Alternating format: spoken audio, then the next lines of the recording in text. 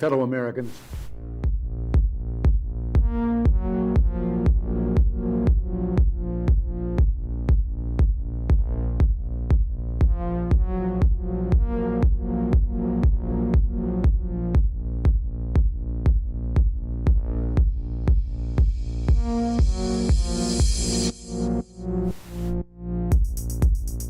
Let's talk about the situation at the border. We've seen a huge surge in migrants crossing the border since January. The number of children in custody higher than it was than its 2019 peak during the Trump administration.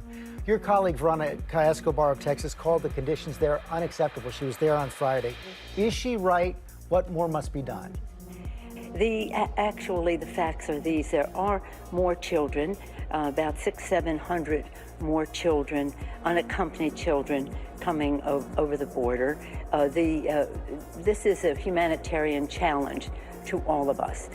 What the administration has inherited is a broken system at the border, and they are working to correct that in the children's interest. I'm so pleased that the president, as a temporary measure, has sent FEMA to the border in order to help facilitate the children going from one 72-hour issue into where they are cared for as they are transferred into family homes or homes that are safe for them to be. And I have to confess, I knew nothing about their suffering until 2021 when I volunteered to help the Biden administration with the crisis at the southern border.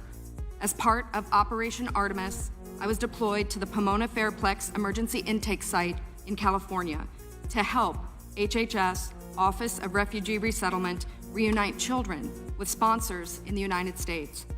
I thought I was going to help place children in loving homes. Instead, I discovered that children are being trafficked through a sophisticated network that begins with recruiting in home country, smuggling to the U.S. border, and ends when ORR delivers a child to a sponsor. Some sponsors are criminals and traffickers and members of transnational criminal organizations. Some sponsors view children as commodities and assets to be used for earning income.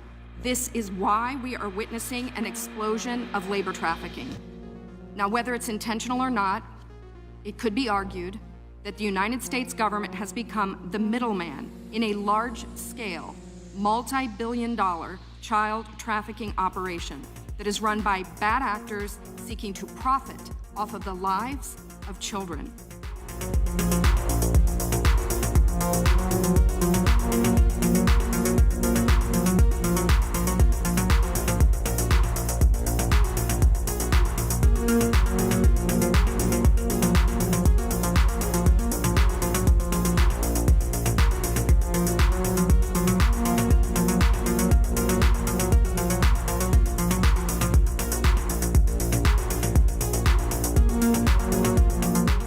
Russia said once they take Ukraine, Poland and the Baltics are next. Those are NATO countries. That puts America at war. This is about preventing war. It's always been about preventing war. My husband is a combat veteran. He's deployed now. The last thing I want him or any of his military brothers and sisters to do is to go to war. But I think it is time to give the Ukrainians more help hitting these bases inside Russia. One of the reasons that the administration has hesitated is because they believe it will escalate things even further with Russia pull the U.S. further in. Why not? Why? So why do you think that's a good idea? Because it's Russia that has escalated this war. Russia has learned how to pull its forces back out of the range where we have allowed Ukraine to use our weapons and get our support. American media outlets have spoken to scores of people from Ukraine, and they've done scores of interviews with Ukrainian President Zelensky. We ourselves have put in a request for an interview with Zelensky, and we hope he accepts. But the interviews he's already done in the United States are not traditional interviews. They are fawning pep sessions specifically designed to amplify Zelensky's demand that the U.S. enter more deeply into a war in Eastern Europe and pay for it. That is not journalism. It is government propaganda. Propaganda of the ugliest kind, the kind that kills people. At the same time, our politicians and media outlets have been doing this, promoting a foreign leader like he's a new consumer brand. Not a single Western journalist has bothered to interview the president of the other country involved in this conflict, Vladimir Putin. Most Americans have no idea why Putin invaded Ukraine or what his goals are now. They've never heard his voice. That's wrong. Americans have a right to know all they can about a war they're implicated in, and we have the right to tell them about it because we are Americans too. The idea that we're going to send in offensive equipment and have planes and tanks and trains going in with American pilots and American crews, just understand, and don't kid yourself, no matter what you all say, that's called World War III. A U.S. official has confirmed to CBS News President Biden has given authorization for Kyiv to use U.S.-supplied long-range weapons to strike deep into Russian territory.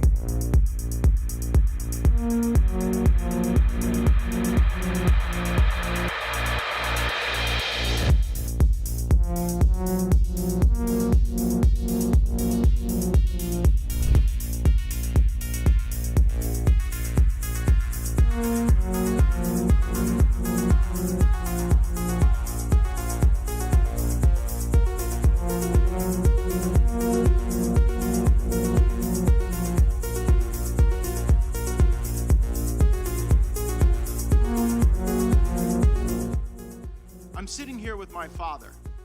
I will make certain that between the man sitting next to me and every person he knows and my ability to forever hold a grudge, that you will regret not following my direction. I am sitting here waiting for the call with my father. Sounds like a shakedown, doesn't it, Director? I'm not going to get into commenting on that. You seem deeply uncurious about it, don't you? Almost suspiciously uncurious. Are you protecting the Bidens? Absolutely not. The FBI does not and has no interest in You won't answer the question about whether or not that's a shakedown, and everybody knows why you won't answer it. Because to the millions of people who will see this, they know it is. And your inability to acknowledge that is deeply revealing about you.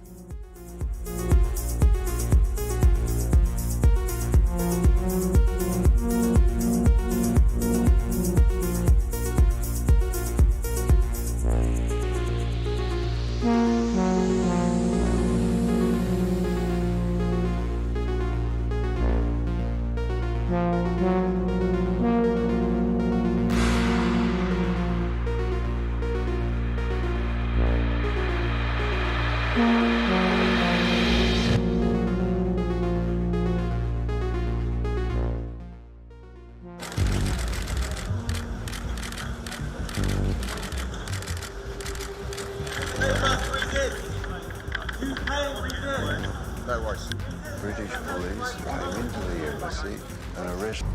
After a long flight from the UK, Julian Assange's day began on the island of Saipan, a tiny territory chosen because it's the closest US court to Australia.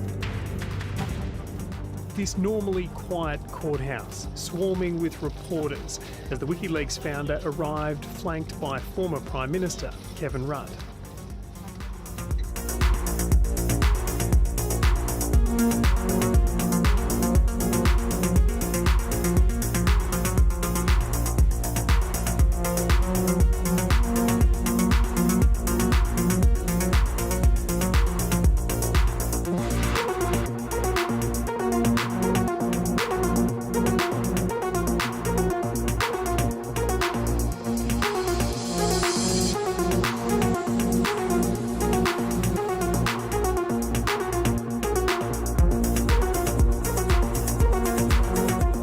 Individual used an AR-15 in order to act out his assassination attempt. An AR-15 has a range of about 400 to 600 yards.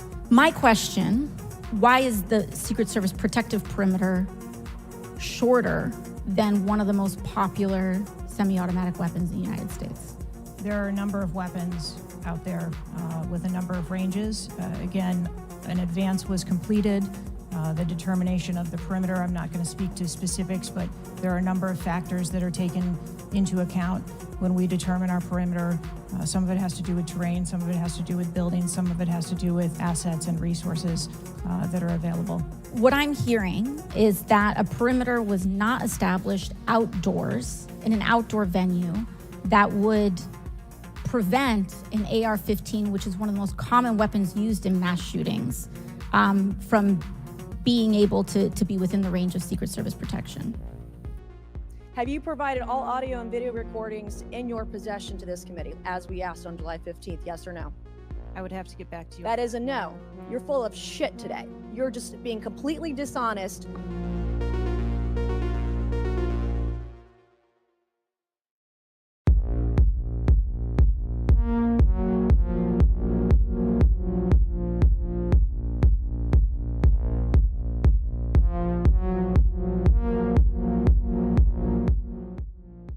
So what is the threat to democracy?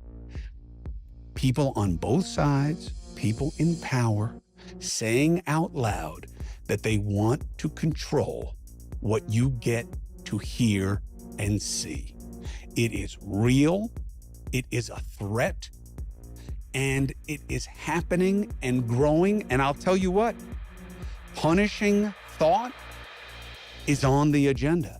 And I just heard it from someone who's not a kook, not Alex Jones, not Tucker Carlson, one of the most sober and intelligent politicians of our time, Hillary Rodham Clinton. I think it's important to indict the Russians, just as Mueller indicted a lot of Russians who were engaged in direct election interference and boosting Trump back in 2016. But I also think there are Americans who are engaged in this kind of propaganda. And whether they should be civilly or even in some cases criminally charged is something that would be a better deterrence. Meta CEO Mark Zuckerberg admitted that the Biden administration repeatedly pressured Meta to censor content, including information about Hunter Biden, and Zuck admitted that he also regrets complying with these demands. In a letter to the House Judiciary Committee Chairman, Representative Jim Jordan, Zuck writes, quote, "The FBI warned us about a potential Russian disinformation operation about the Biden family and Burisma in the lead up to the 2020 election. That fall, when we saw a New York Post story reporting on Joe Biden's family, we sent that story to fact checkers for review and temporarily demoted it." You know, you do some tweets that seem to be, or at least give support to some who would call others conspiracy theories. Well, yes, but I mean, honestly, you know, some of these conspiracy theories have turned out to be true.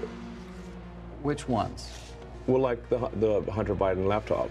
That's true. Yeah. Yeah. I am in awe of Ms. Jankowicz. When the department picked her, did it know that she had said that Mr. Hunter Biden's laptop is Russian disinformation? Did it know that she had vouched for the veracity of the Steele dossier? Senator, let me repeat myself and add an additional fact. One, we do not discuss internal hiring processes. I think you've got no idea what disinformation is, and I don't think the government's capable of it. Do you know who the greatest propagator of disinformation in the history of the world is? The U.S. government. Think of all the debates and disputes we've had over the last 50 years in our country. We work them out by debating them. We don't work them out by the government being the arbiter. I don't want you to guardrails. I want you to have nothing to do with speech.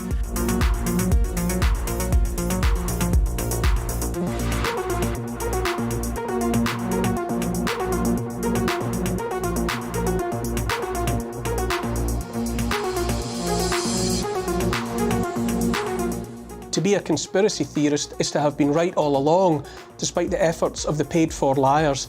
And it's also to be demonstrably well ahead of the gullible, still believing in smoke and mirrors. Conspiracy theorist was first used by the CIA to shut down those who doubted the official line about the murder of John F. Kennedy, that fishy old tale about a lone shooter and a magic bullet, and then that lone shooter being shot by another lone shooter before he could talk. That was in the 1960s, and from then, the label conspiracy theorist worked for decades as the means to make thinking people too scared to speak when they smelt a rat. Let 2024 be the year of clearing out the rubbish, the trash, the long overdue year when the past or sell-by-date labels, conspiracy theorist among them, are cast into the dustbin of history.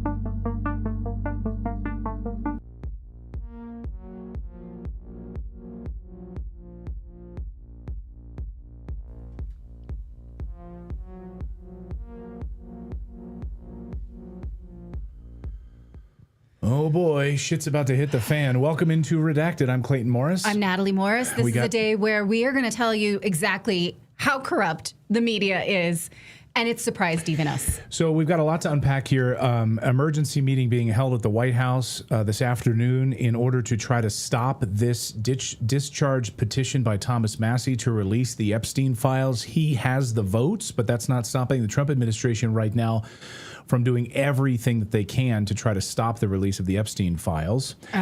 Yeah, I guess, well, let's just get into that because we got a lot of news. We're going to talk. Mel K is going to be here in a moment to talk about and break down with the latest revelations from the Democratic side on these emails. But I do want to talk about what President Trump just posted just a few minutes ago. He just posted this on Truth Social. The Democrats are trying to bring up the Jeffrey Epstein hoax again because they'll do anything at all to deflect how badly they've done on the shutdown and so many other subjects. Only a very bad or stupid Republican would fall into that trap. So basically, the entire House of Representatives who are voting along with Thomas Massie for this discharge petition are stupid because they want answers about the Epstein files. Okay. The Democrats cost our country $1.5 trillion, blah, blah, blah. He said there should be no deflections to Epstein or anything else. Any Republicans involved should be forced to only open up our country and fix the massive damage caused by the Democrats. So again, don't talk about Epstein at all, that you're an idiot Republican for even asking these questions. Lauren Boebert has confirmed that basically Kash Patel, members of the White House, and Donald Trump himself called Lauren Boebert as one of the votes that Massie was hoping to get. Apparently, we don't know exactly how it'll shake out on that. Apparently, he already had the votes. I know that he had told me a few weeks ago that he had the votes. We had to wait through the shutdown period. But according to sources, he does have the votes. So whether this Lauren Boebert phone call that she received from Donald Trump, basically begging her to not vote for the release of the Epstein files, what world am I living in? Right. There's a new media piece now that just broke before we went to air. So this morning, the Democrats released about 3 to 4 emails between Jeffrey Epstein and Ghislaine Maxwell and also a USA Today reporter sort of talking about how they may or may not bring Donald Trump into their orbit, whether they should speak about their relationship, about Mar-a-Lago and that bit. Then a few hours ago, just recently before we went to air, new emails came out from the New York Times reporter Landon Thomas to Jeffrey Epstein, warning him that there was a former New York Police Department detective and journalist, John Connolly, asking questions about possibly doing a book. Now, think about this. What the hell? So this is Landon Thomas, who covered Epstein's first indictment in 2008. Epstein, he does the time, he gets off. What happens in 2018. These emails now are, let me look at the date, 2017. So nearly a decade later, the journalist who covered his first indictment is now friends with him and warning him that someone might be writing a book about him. Now, these are 2 publications that I want to give the biggest middle finger to, USA Today and New York Times. Both of you can just get effed.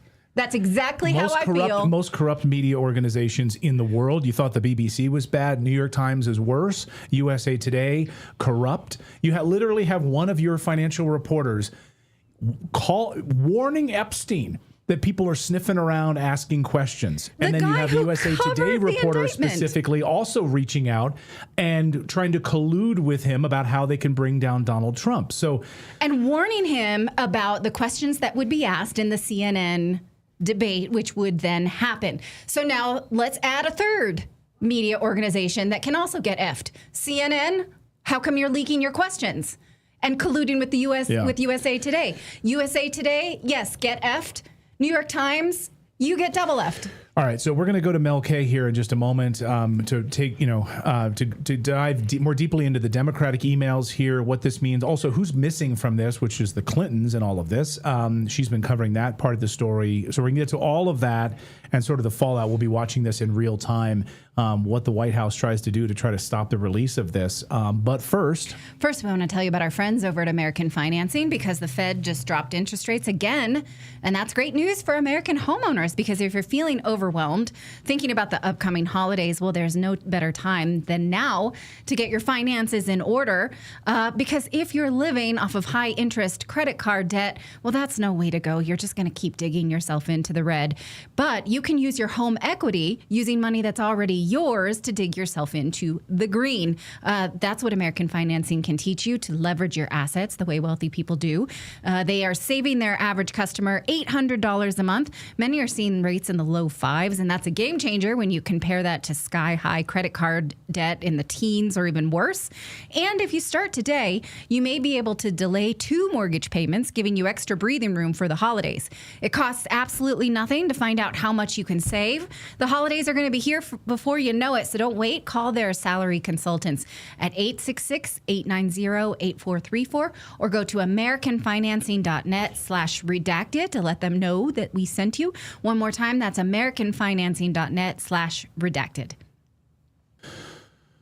Well, some bombshell new revelations in the Epstein saga that will never end, because we still never get any documents. House Democrats have just released new Epstein documents, though, that they received as part of a subpoena to Epstein's estate. Democrat Ro Khanna he was the one, the impetus for all of this, decided to subpoena these documents after lawyers for the victim told Lawrence O'Donnell on MSNBC that, hey, maybe you should look at this estate. So no one thought to look at Epstein's estate for these documents up until this point. Okay, what the hell? And if Trump actually released all of these documents like he said he would, we wouldn't have this little sort of trickle of emails here and there. Democrats now say they have another 23,000 documents that they're going to release. This is just a few. They want to give us little teasers because it has Trump's name in them. So what do these emails show us for sure? Well, because there's a lot they don't show us. But what they show us for sure is that author Michael Wolff, the USA Today reporter, was colluding with pedophile Jeffrey Epstein to try and use Trump's proximity to Epstein to potentially blackmail him. That's what we know for sure from these emails. It's actually pretty disgusting that a so-called journalist would be working with Epstein. USA Today, of course, is one of the most corrupt news organizations in the world, in my opinion. Here's the email exchange with journalist Michael Wolff. Here's just one of them. There's an opportunity to come forward this week and talk about Trump in such a way that could garner you great sympathy and help finish him. Are you interested? Now, notice the date. Just before the 2016 election, just before we went to voting. Okay. Yeah, it was also the date of a CNN debate. So here's where it gets more interesting. Here's another email. And this one, if you can read here on the screen, says, I hear that CNN is planning to ask Trump tonight about his relationship with you, Jeffrey, either on air or in the scrum afterwards. So first of all, and then he goes on to talk about how you could talk about being on an airplane with him and all of that. But just notice for a second how Michael Wolff is saying that he's talking with CNN. Like CNN is telling Michael Wolff at USA Today, here are the questions we're going to ask Trump tonight at our debate. And by the way, maybe you should take those questions and then go to Jeffrey Epstein, your pal, get some blackmail material. Like what? So anyway. Well, the third one is important because the White House has responded to just this one. The third one says that victim, blah, blah, blah, it's redacted at Mar-a-Lago. And then it refers to Trump asking Epstein to resign. He says he was never a member. Of course, he says he knew about the girls, and he asked Ghislaine to stop. Okay, that is the only one that the White House has responded to. They are alluding to the fact that that is probably Virginia Giuffre, and in her bio, the book that was recently released, she said Trump was a friendly, nice man. So they're saying that they know for sure that that's the victim. We don't know that as far as I know. Now, joining us to discuss from the Mel K Show is the person who has been tracking Epstein in minute detail. The first person I wanted to ask about this is Mel K from the Mel K Show. Thank you so much for joining us. Hey, Mel. Thank you for having me. I mean, could this be more frustrating and infuriating? It is so disturbing at this point. What a fraud they are pulling on all of us. It is, because Well, first of all, we were promised transparency. So then we get these trickle of documents now coming from the House Democrats who subpoenaed the estate, and they didn't think to do this ahead of time. And we get this little like trickle. And now Democrats say there's 23,000 more documents that we got our hands on. We're going to release those. And some of these names are redacted, but the House Democrats like added those redactions themselves. They're not redacted by law by anybody else but House Democrats. So like House Republicans are saying, why'd you redact these names? Anyway, yeah, there's a lot to unpack here. Maybe first let's talk about the Michael Wolff piece of this. Like that to me stood out. Like that's what we know for sure, that he was like colluding with Epstein. Oh, yeah. Michael Wolff, as we know, I believe Melania is suing him right now, and he countersued. This guy has been putting out this information for years. None of it ever leads back. By the way, these emails are nothing to do with Trump. So, I mean, they're them talking about Trump and how he can manipulate Trump. This Wolff has had it in for Trump for decades. And frankly, it's embarrassing that the Democrats are even putting out emails between Wolff and Epstein as if either of them are credible people when it comes to anything going on. And I think we have to remember that last week, nobody mentioned that both Clintons, Bill and Hillary, did not show up to be questioned behind closed doors about Epstein. And it wasn't news. The Democrats didn't bring it out. And at this point, what it looks like to me is that they are distracting us with ideas that Trump was involved, which he is not implicated in the Epstein case at all. We've heard this from Costa. We've heard it from Bradley Edwards, who's the lawyer for a lot of the victims. We've heard it from Ghislaine. We've heard it from Gouffre, not just now in her new book, but even before. So the people that really are implicated are the Clintons. And again, it just seems like everything that happens is a cover up to protect the Clintons. And here we are again in the same situation. And don't forget, JP Morgan Chase settled for $365 million with the victims of Jeffrey Epstein. And not just that, they also had 20 years of suspicious activity reports at JP Morgan Chase with Epstein that never went investigated. So it would be easier to follow the money that actually was transferred all over the world by Epstein over 20 years of suspicious activity reports than anything else. So I don't know why they're not releasing that. That should be public information. Now, the closest I've been able to connect President Trump to any nefarious doings has been through civil lawsuits that were settled. And what we were able to see was like those pink message notes saying Trump wants another, appointment or something to that affair. And we don't know what that meant. We do know that they were friendly. We know they had a friendly. So, now this email seems to indicate that this is from Jeffrey Epstein saying he asked me to resign from Mar-a-Lago, but I was never actually a member. Do we know that that's true? No, from what I've been told, and I have talked to some of the victims, what I've been told is that him and Ghislaine were members and that they were asked to leave after Trump found out that they were basically, what it was explained to me as is that he was stealing employees from Mar-a-Lago. And beyond that, that they had heard rumors about him. And remember, Trump said in an interview once that he likes girls very young. So, I mean, look, we do have to remember that billionaires only know billionaires. I have lived in Palm Beach for 30 years on and off. My parents are here. And I will tell you, it is not uncommon for a party to be attended at somebody's home and it's all the same people. They only know each other. It's just a different world.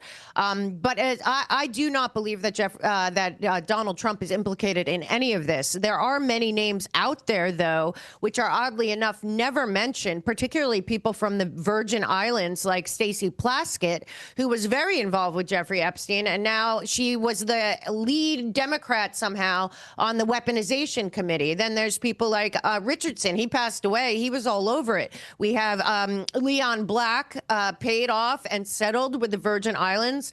The prosecutor in the Virgin Islands, Denise George, was about to open another case when mysteriously Joe Biden went down to see the governor of the Virgin Islands. Next thing you know, Denise George is fired and the Epstein cases are pushed aside. The real people we should be looking at are the banks. particularly J.P. Morgan Chase and the relationship there. But we also had Jess Steele.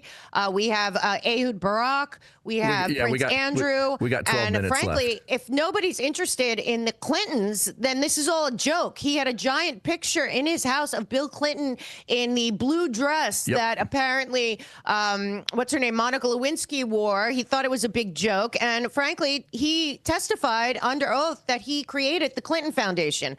So there's many, many layers here, and it all seems like another cover-up for the Clintons, because the real person that really should be questioned in front of everyone is Bill Clinton, and nobody denies it. Doug Band did a whole interview about the relationship. Even Kevin Spacey came out and he said he was trying to tell Bill Clinton to stay away from Jeffrey Epstein, and he had gone on the trip to Africa. So again, it seems like they're pointing to Trump. It's like the dirty trick of the Clintons that they pulled with the Russiagate. Distract everyone to look at Donald Trump when the real criminal element here is likely the Clintons.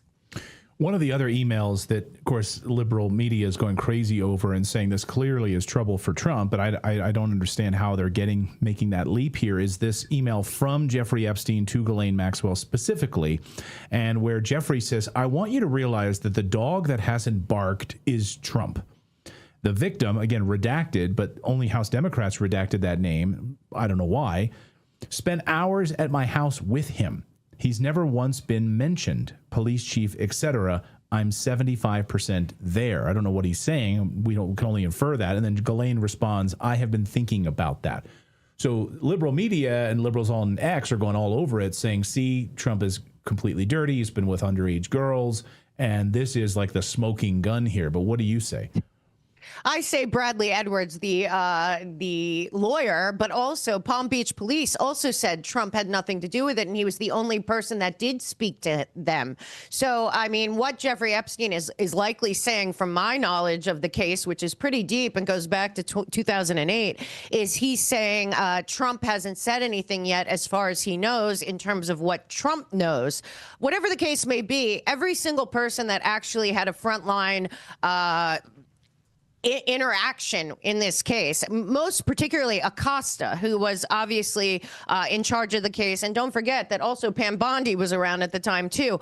But Acosta said under oath just in the last 2 weeks that he never discussed it with Donald Trump. Donald Trump is not implicated in the case. He never came up in the investigation. So, I mean, who are we going to believe? Democrats that won't even mention that the Clintons didn't show up for their interview about Epstein last week? It wasn't on the news. Nobody covered it. That should have been, if you really wanted to get to the bottom of this, you should be disgusted that the Clintons have never, ever been questioned by the FBI or anyone else that we know of about the relationship for 25 years with Jeffrey Epstein. Again, everything seems to me to be a cover-up to protect the Clintons. It's unbelievable.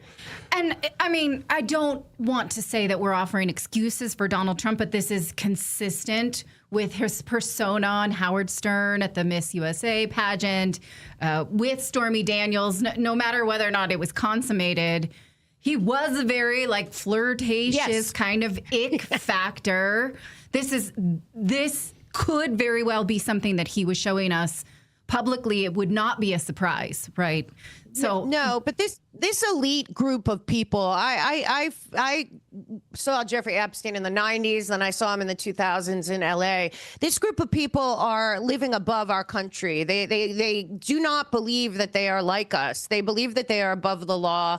This is a very elite class. It's a small group of people. And Jeffrey Epstein was in the center of that, particularly when it comes to many different things, because he wasn't just a human trafficker and a child trafficker. He also, I believe, was also a weapons trafficker. You know, 2 weeks ago, a whole trove of Ehud Barak emails with Jeffrey Epstein came out. I didn't see that on the news either. It's just they want so badly to implicate Donald Trump in this, yet all the people that are actually implicated, there are Wall Street bankers like Glenn Dubin and Leon Black. Why aren't these people of concern? Why aren't people asking Jamie Dimon now that we find out that J.P. Morgan has other problems because they debanked people that weren't even in business on January 6th in this new investigation investigation into Arctic frost. Well, why not sit them down and talk about the 20 years that Jeffrey Epstein was a client with $1 billion of transactions that were marked as suspicious activity? So, I mean, all of this could be put out there, and I don't know why it's not. I don't know why they're holding back anything at this point. And again, I don't think that that's Trump. I really do think that this is a dog and pony show, because all you have to do is go grab all the cases, particularly the U.S. Virgin Island cases are huge. And it's a very good idea to look at the transcripts of the cases that are already out there. The Virgin Islands information is public. So to me, this is a show, like I said the other day, I was saying online, why are they not looking at who got paid off and who got money? A lot of people in the EU and other places during those years from JP Morgan Chase. The easiest way to do it, numbers don't lie. Math and computer those are the easiest way. Rather than speculation, let's go find out who he was paying and for what. Caitlin Johnstone pointed, we covered yesterday on the show, we had a reporter from DropSite News on who's been dropping a number of key stories with publicly available information about Jeffrey Epstein's ties to intelligence. And Caitlin Johnstone this morning posts, sometimes the media ignoring a major story becomes the story. She says one of the craziest things happening right now is how there's been report after report after report confirming that Jeffrey Epstein was really an Israeli intelligence operative based on publicly available documents, and it has no measurable impact on mainstream media or politics, totally ignoring this story.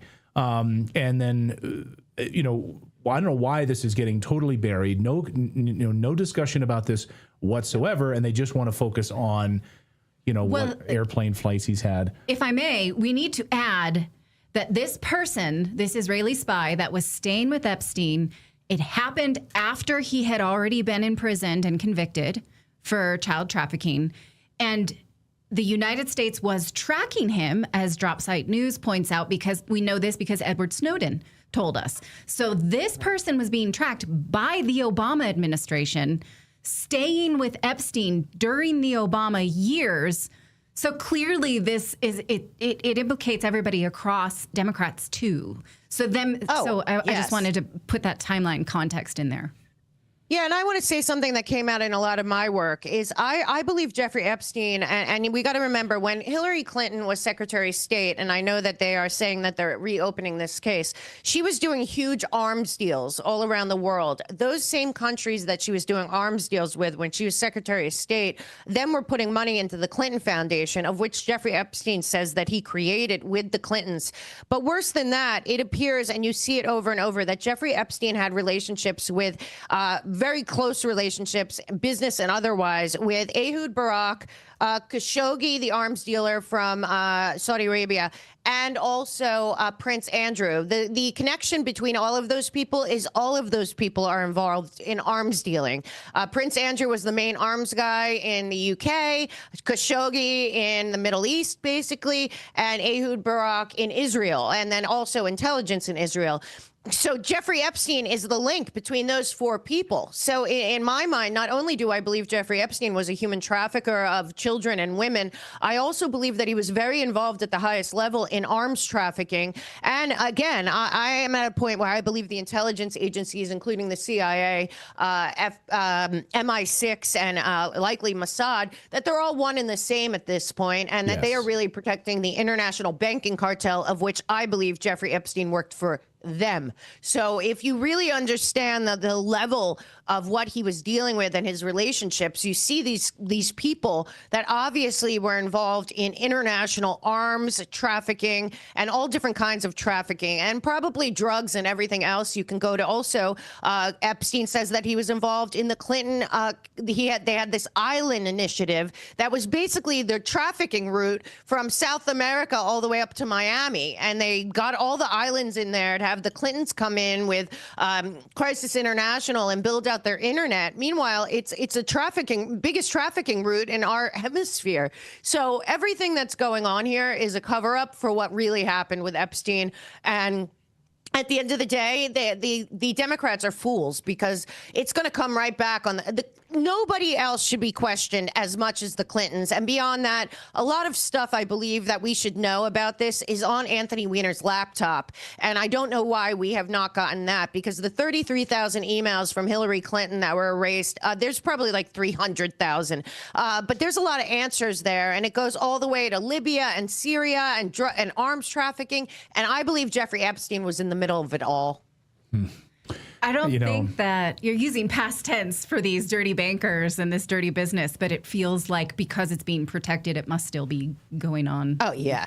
Absolutely. I mean, I guess I'll get you to comment on this. I mean, it's somewhat relevant, I guess, in that we're asking for the White House to release these documents and potential Israeli, intelligence connections with Jeffrey Epstein. And then President Trump sends a letter to Isaac Herzog, the president of the state of Israel, asking for them to pardon Netanyahu. I mean, obviously, who's been under investigation, and there's many questions about his corruption. And I personally know people that worked for Benjamin Netanyahu have told me how corrupt he is. So it's just an odd timing for the president of the United States to be involving himself with a pardon of Benjamin Netanyahu. What do you make of that? Well, when I first saw it, I thought, well, this is strange, because I've been hearing that the relationship between Netanyahu and Trump is totally fractured and no longer, working. But what it appears to me is that he wants to close the chapter for Benjamin Netanyahu and move forward with his plans with the Abraham Accords without him. That is what I see of this, because of what I know on other levels. But frankly, it's terrible timing, first of all. Yeah. And second of all, it looks like he's protecting him. But frankly, I think that he's kind of saying the Netanyahu phase of Israel has to be over. And the case is take away his immunity, let him move on. And, if they want to go after him, fine. But to me, this is more of Donald Trump saying that Netanyahu will not be relevant going forward in what he's planning in the Middle East, particularly the Abrahamic Accords and what he's come to with the UAE and Bahrain and some of these other countries, that they want to move forward and Netanyahu is in the way. That's how I see this. I know it sounds totally upside down, but what I'm saying is I believe that the Netanyahu phase of running Israel has to come to a close for any kind of forward motion to be effective or happen. And that's why I think he's saying to pardon him so that he can move on and that we can get some new leaders in there that actually will work together towards peace and not endless war for profit. Interesting. Mel K, we knew we made the right choice asking you to come on today. Unbelievable. And we'll continue to watch this trickle of documents that Democrats release here. But I think you're right about this. Like, no mention of the Clintons at all. They're shooting themselves in the foot. Mel, great to see you as always. Thanks so much. Thank you, guys. Thank you. Bye-bye. Thanks, Mel. And we also just got while we're sitting here, just some new emails are coming in right now. Some new breaking news on this. That Jeffrey Epstein, according to one of these emails, claims that Hillary Clinton had a sexual relationship with former attorney Vince Foster, who then, of course, mysteriously committed suicide a short time later after that. I mean, again, we're going to start to see trickle after trickle after trickle of these emails. And why not just release all of them? Democrats still say they have 23,000 of them that they're going to release. Thomas Massie says that he has the votes. And the Trump administration is scrambling right now to try to stop the release of this information. Like, what is the Trump administration hiding? Release it all. Right. So, look, it's very possible that these are exculpatory for Donald Trump. It's very possible that they're embarrassing, that they are either implicating of a crime or they are crime adjacent or they're just pervert adjacent. Fine, right? We're going to find out anyway because the American public won't let this go. One question would be, why protect him over young girls, over us, over what seems to be a banking cabal that does not have the American people's interests? So he implicates himself more and more by, I mean, what is the statute? That you can't be a party to a crime. You can't hide a crime. That, you know what I'm saying? Aiding and abetting? Aiding and abetting, right? So what's happening here? So who's covering for who? And I mean, yes, it would also show us that early in this Trump administration, when the Trump administration said there was nothing there, he trafficked no bun to anyone, nobody anywhere. It was just him and his own porn on his laptop. That is clearly not true. Another email that's just being released, and these are breaking hard and fast. Let me know if it's happening on your X feed too. I can't verify all of them, but they are everywhere. Is Jeffrey Epstein to, who is this person? Special Envoy to Syria, Tom Barak, in 2016. Send photos of you and child. Makes me smile. Clearly, Epstein did not traffic to nobody. So that needs to implode now. That's gone. Some other people in the chat room pointing out, the whole Vince Foster, Hillary Clinton thing is old news. I mean, we knew about this apparent relationship for many, many years, but now it's, Why did Epstein know about this? Right. This is an email from Epstein, like saying this specifically. Saying that he was doing the naughties. He was doing the naughties with Vince. Oh, for a long, long time. This is part of the why did Vince Foster suddenly die story. So there's a lot of this, but the fact that it's like in an email from Jeffrey Epstein as part of this new tranche of documents being released by Democrats is pretty interesting. I mean, I didn't know this, Special Envoy to Syria, send pictures of you and the child. It makes me smile. Where are those pictures, Pam Bondi? Where are they, Justice Department? I would like to know. I just, again, when I asked Congressman Massey a few weeks ago, did he have the votes before the whole shutdown and before that before House Speaker Johnson was trying to prevent them from doing this, he said he has the votes. We got separate confirmation from one of our team members today who said that he has the votes. So even like the Trump administration leaning on Congresswoman Boebert, trying to get her to change her vote on this, like Trump apparently called her directly, begging her to not vote to allow the Epstein files to be released.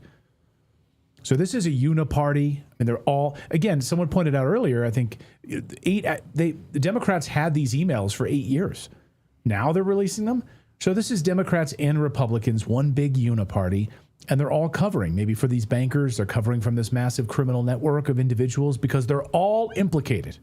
All of them are dirty. I wish we had a constitutional expert on to tell us, can the president stop it? Is it possible? He's going to try it. But is there something the Justice Department... The House has their hands on it. So the Trump can't do anything about it. This is what they're so fearful of right now with this discharge position and Thomas Massey. This is why they hate Thomas Massey so much. It's not because he's a libertarian. It's not because he has solar panels on his house. It's because he wants the truth for the American people, and they hate it. They absolutely. Well, and I was going to say, how rich will it be that Massey is the one that ends up draining the swamp and Trump goes down with it? Yeah.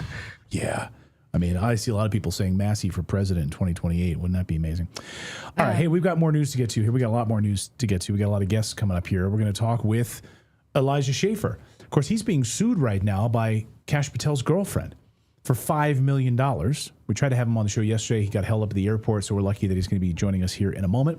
On that front, we're going to talk about that, plus so much more. But first, hey, I just got our box today. It just showed up because I am a customer. Before they were a sponsor, I am a customer of Backyard Butchers.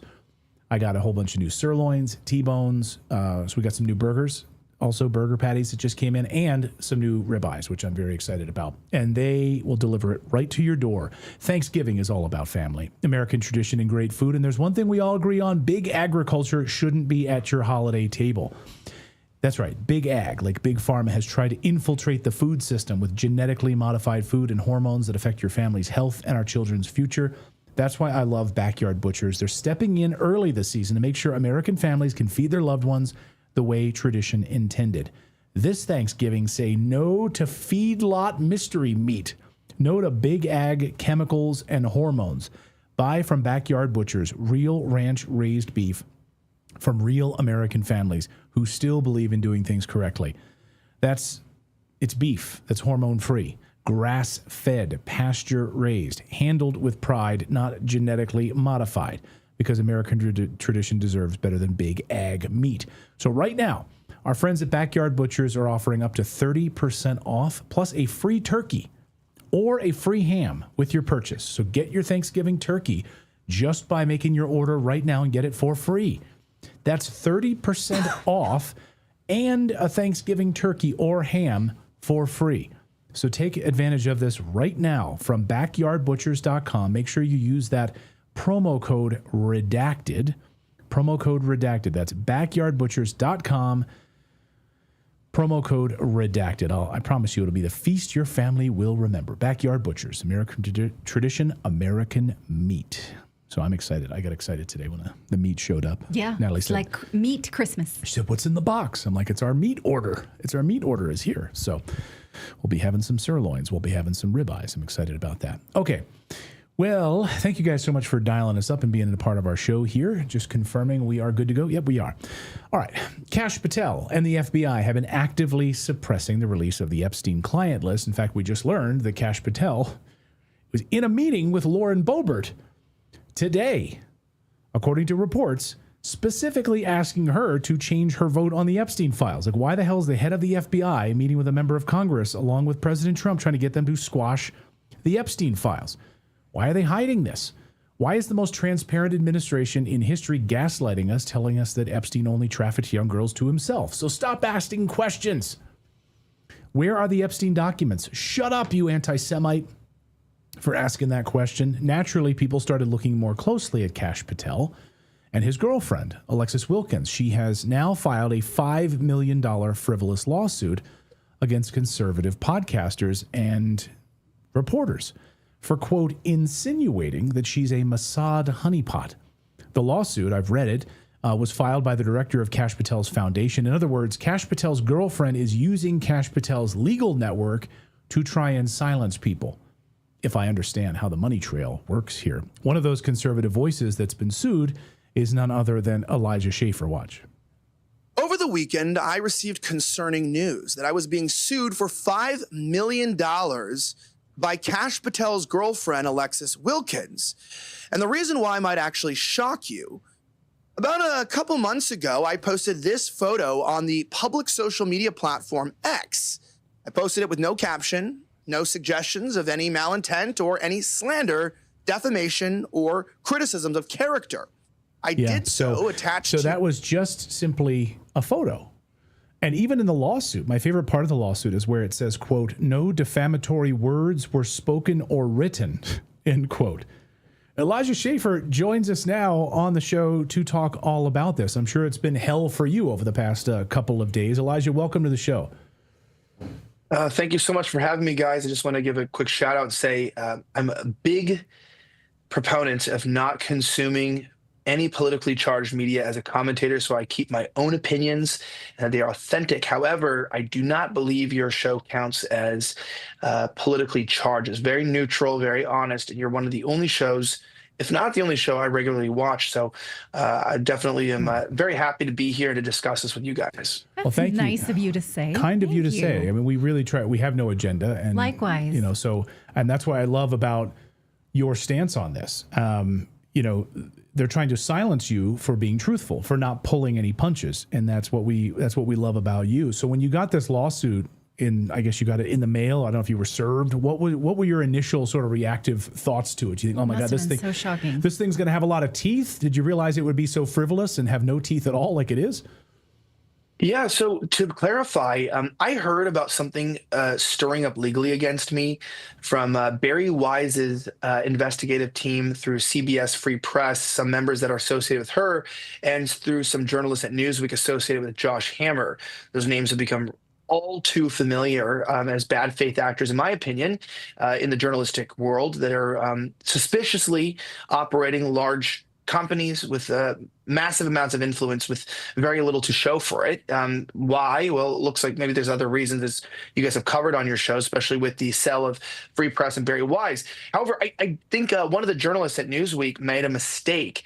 And in the midst of talking about the previous lawsuits that were more politically charged and based on actual rhetoric from Alexis Wilkins, the FBI director's girlfriend, who I'd like to say, we should stop calling her the FBI director's girlfriend, because he says she's a sensational music star, a sensational country music icon. And so according to him, she's not just a public figure, she's a international icon. And that's obviously makes this entire situation unique, including the fact that she also has an IMDb, right? Your private citizens don't usually just have, credits on the largest database for entertainers. This is a very public person. Also happens to be the girlfriend of the most powerful law enforcer in the country outside of the judiciary. And so we have reason to be interested in this individual. However, I really wasn't until now. One of the journalists sloppily added a note in one of the investigations that there was an expectation for myself to be receiving some legal inquiries. So I'll just go here. We have not been served. They don't know where I am, and they're very mad, I believe, that I got a hold of the document before they were able to push their media PR campaign. So I took their plan to sort of slander and surprise me and catch me off guard, and I blew it up to the world. So wait a minute, so that's you haven't where even we're been at served? right now. So you it's haven't not even been filed in any court of law. It's been filed. It was filed in the Palm Beach Circuit Court, and it was to be a jury trial. The request was actually a jury trial, which is very interesting. Not even just a civil settlement or something that would be admission of terms or apology. She wants a jury trial, and she wants the evaluation money of my company. She knows I don't have it. And so the court says the only way I would be able to pay for this is to give up all of my media assets, including my social media assets. So she essentially wants my company shut down over a picture and wants to take control of my assets. And she still can't find me. But we are trying to determine whether or not we're going to just agree to accept the accusation and charges as a plaintiff on her end. But I want to clarify that we got a hold of the documents without their knowledge. Wow. And they didn't know we had them, which is why she's been silent. Because Streisand effect, I go, you want to do this? We're going to do it on my terms, not yours. And that's how I run as a journalist. I play ball, but you know what I'm saying? If you're gonna try to be snarky like this, it's not just young women who can be petty. Spending 10 years as a journalist, you become very petty. Well, you don't have an obligation to accept to stand there and be found. That's not your. And if her boyfriend's the head of the FBI, you would think that that's not too hard. She shouldn't be using that, but she's obviously using things at her disposal that most American citizens don't have. Now, you say you would like to get discovery on the two of them and figure out how much he was involved in this, how much he knew, which it matters that they are not married because married couples have spousal privilege. You cannot force them to testify against one another, but they're not married. So that matters. You say you also would like to get this dismissed, but you can't do that unless you accept the lawsuit. So there are three different routes here. You can't have all three. You can't have it dismissed without discovery. You can't the discovery without getting the lawsuit. So you are the one with all the choices here, and they are on the back foot because this is such a frivolous lawsuit. So what do your attorneys say? Yeah, so this is my Roe v. Wade moment. My body, my choice. My lawsuit, my choice. I have an incredibly talented legal team. One of the most well-respected, largely funded legal teams, which I could never afford, that has come alongside me in this due to their belief that this is a slap violation. And they read the case and they have looked at it. And here's the interesting aspects of this that I want the American public to understand. If Kash Patel didn't know about this lawsuit, he should step down as the FBI director because he has a girl that, one would assume he's having, relations with, considering their sort of way they present themselves in public. They are not married. And I'm not sure with Hindu beliefs. I know that she professes to be Christian. Traditionally in Christianity, you get married. So obviously they're sort of living their own version of reality and whatever they believe they want for their life. So untraditional too, in American culture. And so they have their own, they're obviously very much in love with each other and they care about each other. So much so that the FBI director has talked about these comments. So he's referenced these tweets from myself and others, and he called them attacks, right? So while people are questioning him about the Epstein files, you could think of Kash sitting there and they're like, sir, We have these files here of children that were, taken advantage of and violated in the most inhumane ways. And he's like, do not redeem, sir. And you're like, okay, Cash, I think his name's Cash App. It's like, Cash App, what's going on here? Why don't we care about this? He's like, you're telling me that somebody made a suggestion that my girlfriend was too hot for me. That's what that phrase honeypot is, a suggestion, at least most people. It's like, she looks like, she wouldn't go for you. It's supposed to be a compliment, I think. I never said that either, by the way, but I think it's supposed to be a compliment. He goes, let's do what? She lives allegedly in Tennessee, and she files this using his firm, right, in D.C., which is already weird. Now, I looked at we've combed through her financials, and whatever's publicly available, she's not wealthy. And she's getting like 8,000 streams on that I know of on Spotify. She's getting thousands of views on YouTube. And I don't, we're not the biggest show ourselves. And I'm not talking about that.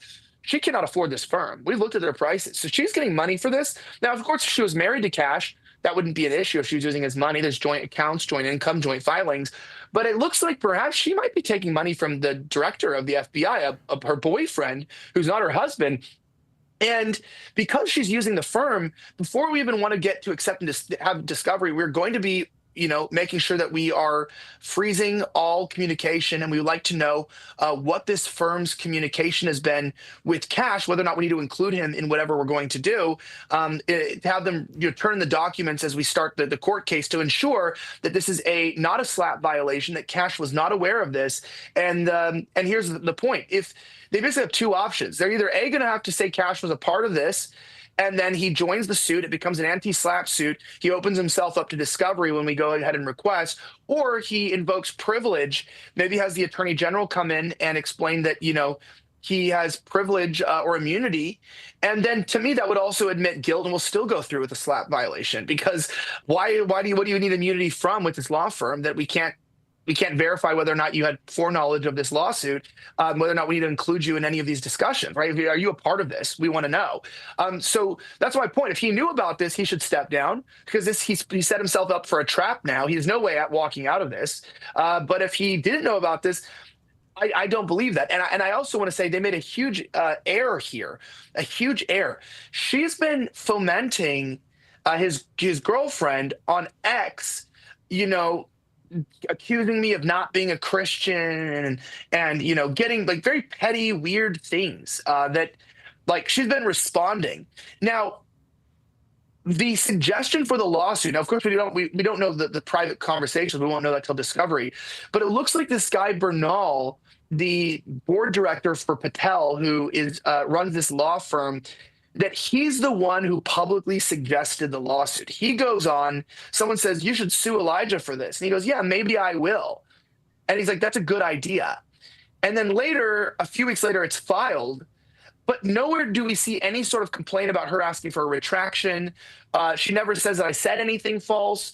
But you can see this sort of Newsweek quoted me, paranoid and delusional behavior that makes me question her composure to be a reputable person to file a lawsuit, and makes me question Cash if this is who he's dating, and putting her on the front, because she essentially is accusing me of cheating on her in her dreams. Like, this is what it is. It's what it is. Your wife wakes up like, you kissed her. And you're like, who? And it's like, yeah, I mean, and so some of the allegations out there, of course, that others have made, and others are being sued as well by her, claiming that she's a honeypot, that she's a Mossad honeypot. That's what they've been claiming.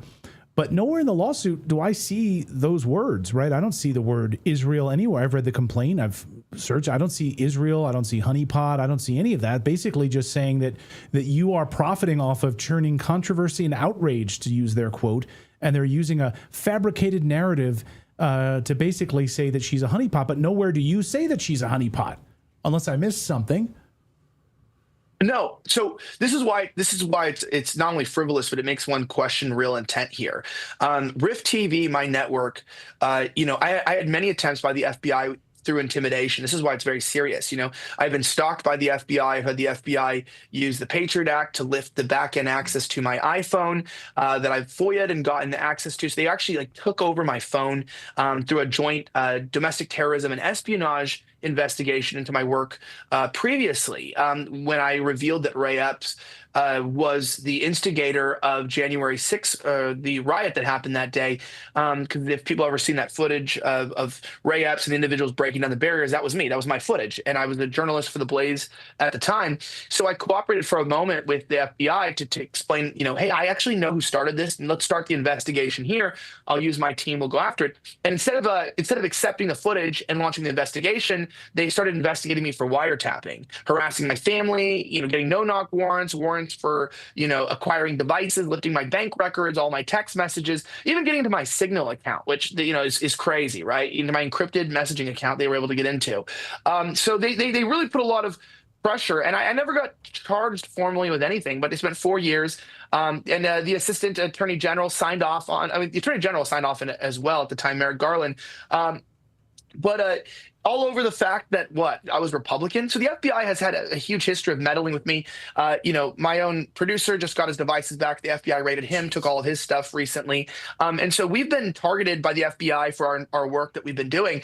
That's why, I went away to Australia, and I was living there, and then I came back, and I decided my history is with Blaze TV. I've had stints with Fox News, OAN, Newsmax. I go, why do we have to take realistic pro-American ideas and just yell about it in our bedroom? I want to make a network that is ostensibly reliable based upon the fact that we aren't controlled. And we had a meeting and we agreed the only way that we couldn't be controlled is if we refused to take Zionist money or money from those that are looking out for Zionist interests above the United States. And so there's got to be no clean money or dark money associated with people who put the rights of Israel and the rights of, Jewish supremacy or religious supremacy, these kind of toxic ideas into controlling how we think, say, or what we do here.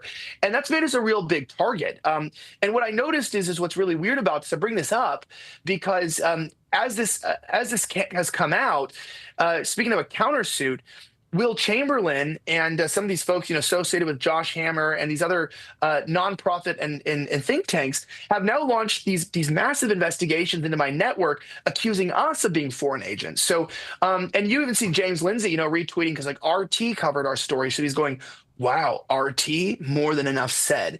And now they're literally to the point to where Will Chamberlain wrote, do you guys think by the end of the year, Elijah will have to register under FARA, as an agent? So this they're using this. You can see this. They want the exact evaluation of my company. They want my assets of my company. And guess what? Will Chamberlain is a prominent Zionist Jewish guy. This other guy, neocon Zionist, it says in his bio. All of these people are a part of this sort of Kabbalistic political class. And it looks like the lawsuit is dumb, but that's the problem, is they let their own desire to take me down. I'm a target. They want my company down because I won't take their money. And then they just played their cards too early. Maybe they were going to pull it, but now it's backfired. Her entire comment section is pictures of honeypots, Winnie the Pooh, and her in beekeeper outfits, using AI. So I think she messed up. Well, yeah, I know we're out of time, unfortunately, but this just opens up I just still can't wrap my head around how you would allow a lawsuit like this to go forward with the with the communications and the relationship with the head of the FBI, which could become part of discovery at a jury trial. And not just you, multiple lawsuits now, which could have access to, because maybe one person dismisses it or it gets dismissed, or one person just settles. But what if someone said, I didn't do anything wrong. We're going to trial. And I want to see all the documents. I want to see the communications between you and the FBI director. I mean, this is a bunch of idiots. I can't wrap my head around it at all. Well, you know what? My one saving grace here is at least they're honest about the fact that you didn't say anything. It was a wordless defamation. But what they otherwise have a problem with is your criticism of the government of Israel. And it's written in the lawsuit. So at least we don't have to guess maybe I shouldn't have said those things. We know why. It's clear. how you piss off people who are connected to the government is by criticizing foreign wars and foreign involvement. So, yeah, I just want to make one comment. I know you got to go. That's what I want people to see, just because you guys will probably be updating as this goes on. There'll be there's some pretty big drops that are coming. I'll make sure to leak stuff to you guys as it comes in. But yeah, the entire lawsuit is actually about. I'm a bad person, so you can assume I had bad intent. Why am I a bad person? I have no criminal charges in my life. I've every lawsuit where someone has claimed I've done something bad, I've won and I've been proven innocent. People do say bad things about public figures, and they do smear them, but I have won and overcome those types of accusations. And the most important part is that I didn't support Israeli occupation of our government. And if you like those ideas, make sure you check out my work. I'm on X at Elijah Schaffer. You can also find me on Rumble and YouTube, my network, the Rift TV. We're live all the time. But thank you guys so much for having me on. I really appreciate it. Yeah. Our pleasure, Elijah. Thank you so much for being one of the few truth tellers out there. We appreciate it. It's incredibly stressful, though. I mean, you're making it sound like you have good choices and you're brave about it, but I know what that still can be very stressful. You now have to tangle with very powerful people in a way you didn't intend to do. They entangled you. My family's separated. I'll just say that, because of the no-knock warrants and the raids of the FBI and them being in proxy, I have 2 young boys, a 2-year-old and a 1-year-old, very, very beautiful, blonde hair, blue-eyed, cutie pies. I don't usually use that word, but it's my boys and my lovely, beautiful wife.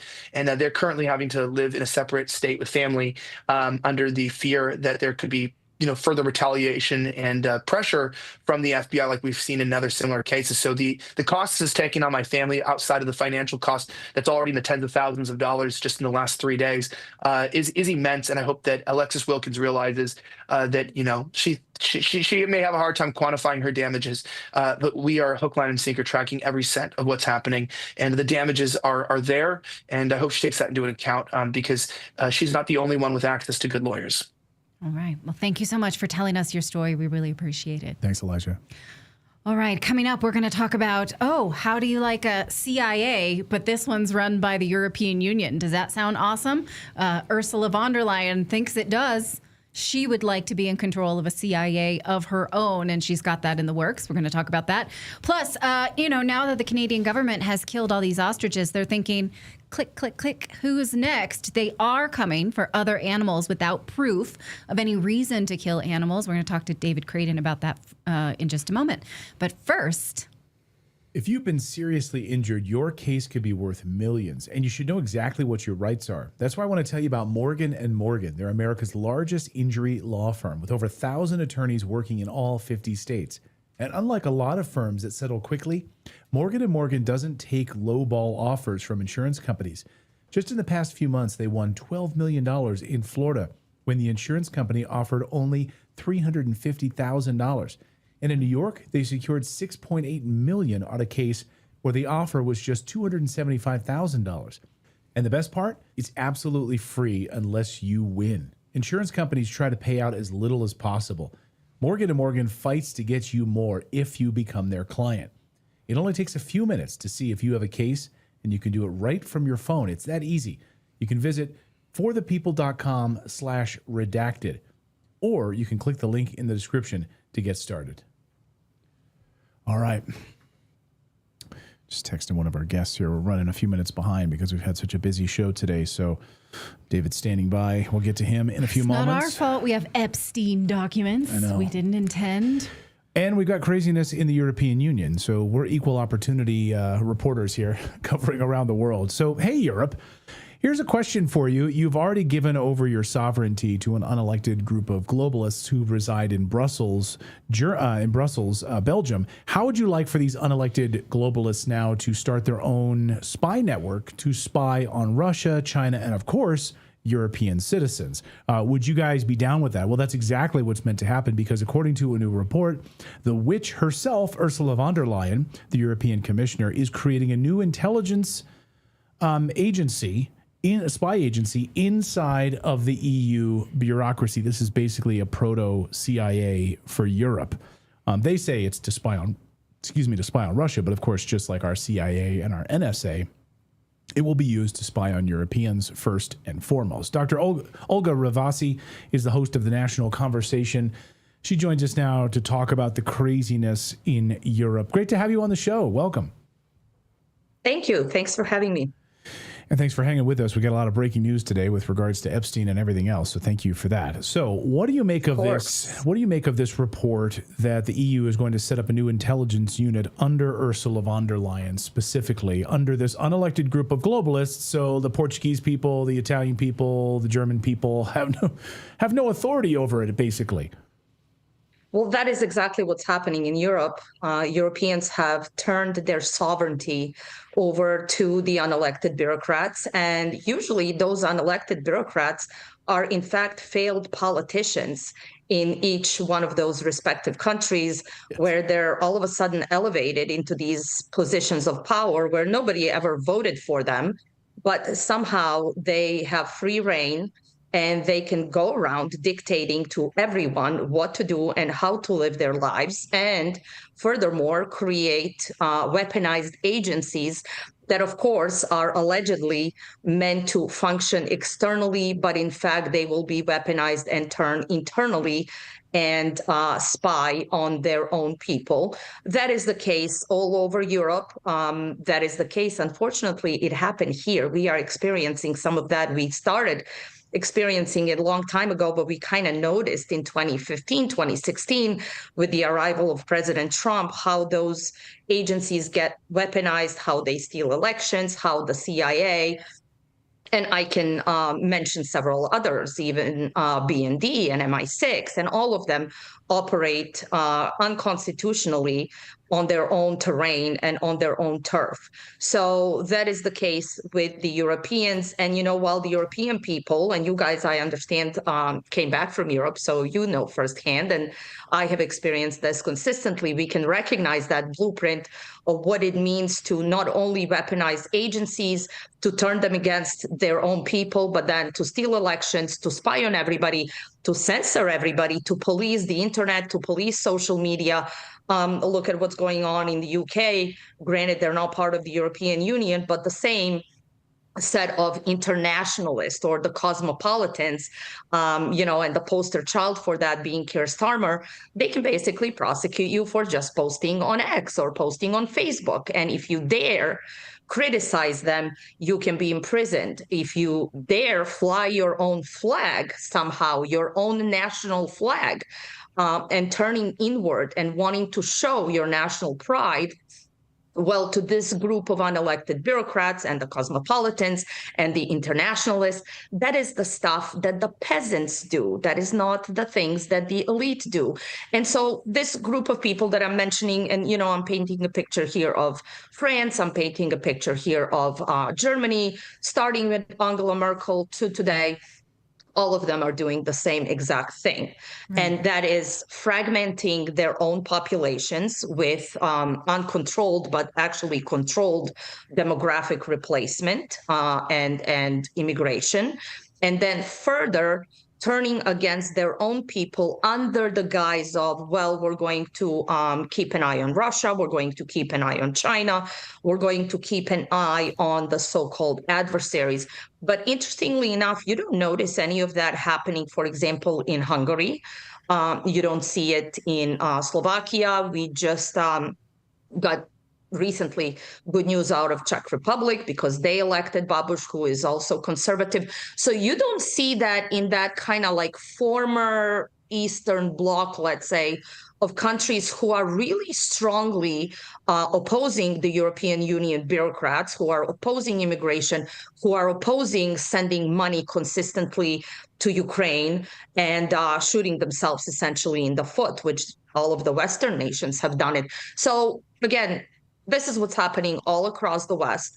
And Ursula von der Leyen and all of her, you know, colleagues and bureaucrats, as I said, have failed consistently, and yet they keep being empowered, not only in the Brussels, but I mean, you look at NATO, you look at the International Court Tribunal at The Hague. I mean, Europe is rampant, and it's a cesspool of all of these international organizations that somehow are superior in the eyes of these elected bureaucrats to the national institutions of their own countries. So again, I want to go back to Starmer, for example, and that just really painted a picture of him to me. He was asked, what do you prefer, Davos or Westminster? And he didn't hesitate to tell us he prefers Davos. And what does that tell you? Ursula is just yet another example of this. So while they're fragmenting their own countries and sowing discord, and they are all on the verge of civil war, they somehow find their moral superiority by creating international organizations or being indebted to the international organizations. Because again, as I said, the national stuff, the internal stuff is for the street, for the mob, and for the peasants, but not for the elites. Now, when we lived in Europe, the Digital Services Act passed, and they sold it to us as a way to stop the mob and dirty money and terrorists and, of course, all the bad guys, right? But we knew that it was giving them the power to read our WhatsApp, which everyone in Europe uses WhatsApp to communicate. Or Viber. Yes. And so now the Europeans have allowed this to happen. There was very little fight, unfortunately, because it was so, well sold. And the European economy was so hard that people don't have the time to fight back, to pay attention. And what they're saying now is, and so they have this data, is the point I'm trying to make. They've been collecting it since they passed this act, probably before illegally. Now they're saying we need a formal department to take care of it, which tells me they've had all this data. They need to go through it. They need someone in charge. And so, while the Americans are saying we want to abolish the CIA, they do us wrong, the Europeans are like, let's do that. Now, what makes me so sad is that the Portuguese overthrew the secret police in the 70s because they did not want to live like this. How are the European citizens missing that it's happening again? What do you think? But that's exactly what you pointed out. It's the strife that they are going through: economics, education, demographic replacement. I mean, people are worrying in Europe how to pay their rents, their mortgages, how to send their children to school, and hoping that, their child is not going to be groomed and raped by the mass gangs of foreigners. They're hoping that they're going to be able to afford gas. They're hoping that they're going to be able to afford food, because, as we mentioned, the Europeans have economically shot themselves in the foot by funding all of these foreign wars. So that is why I don't think it's the lack of interest to pay attention. It's the inability to act because they're consumed by their own mere survival. While, again, the unelected bureaucrats can basically run rampant. And that is also the point where it's hard to fight when you have this two-tier system where, yes, you have some elected people that you think, okay, we're going to vote them out. But what about the unelected people? Nobody is voting for them, and they can still consistently pursue these policies.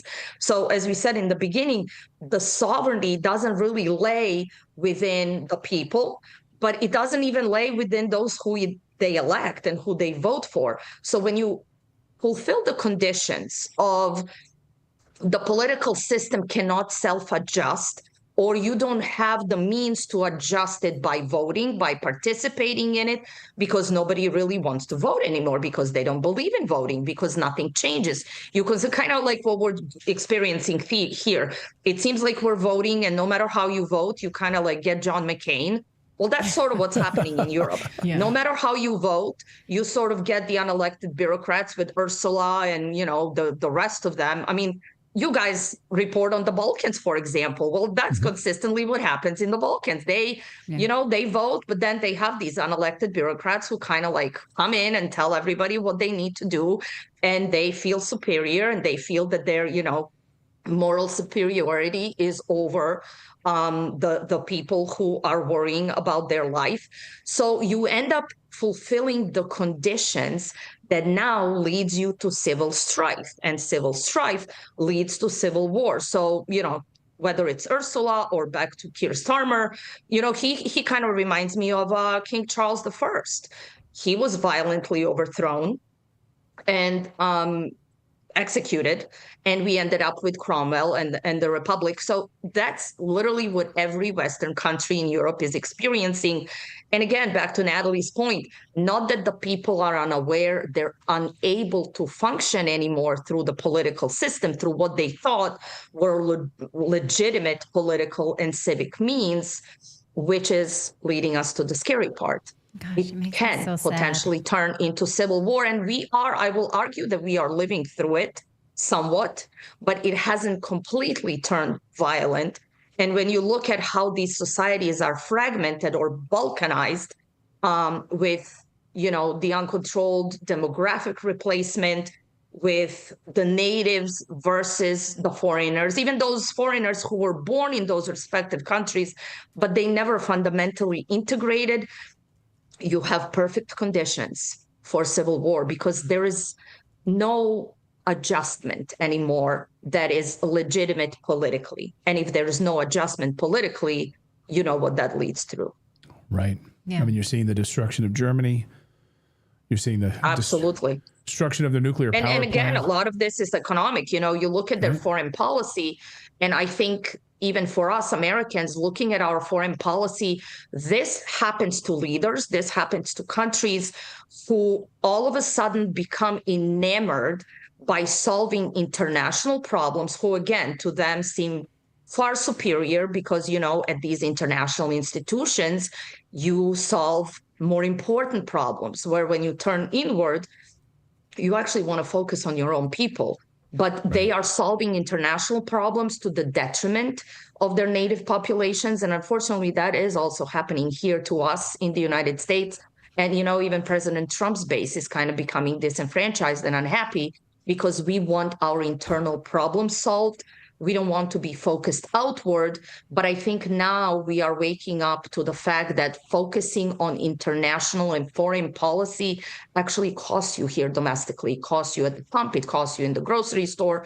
And as Natalie said, it costs you, your mere survival is at stake. They can spy on you and they can barrage you any way they want and destroy your livelihood, basically. Yes. Yeah, and these people, sadly, and economically, they're being crushed, so they go along with it. Digital ID.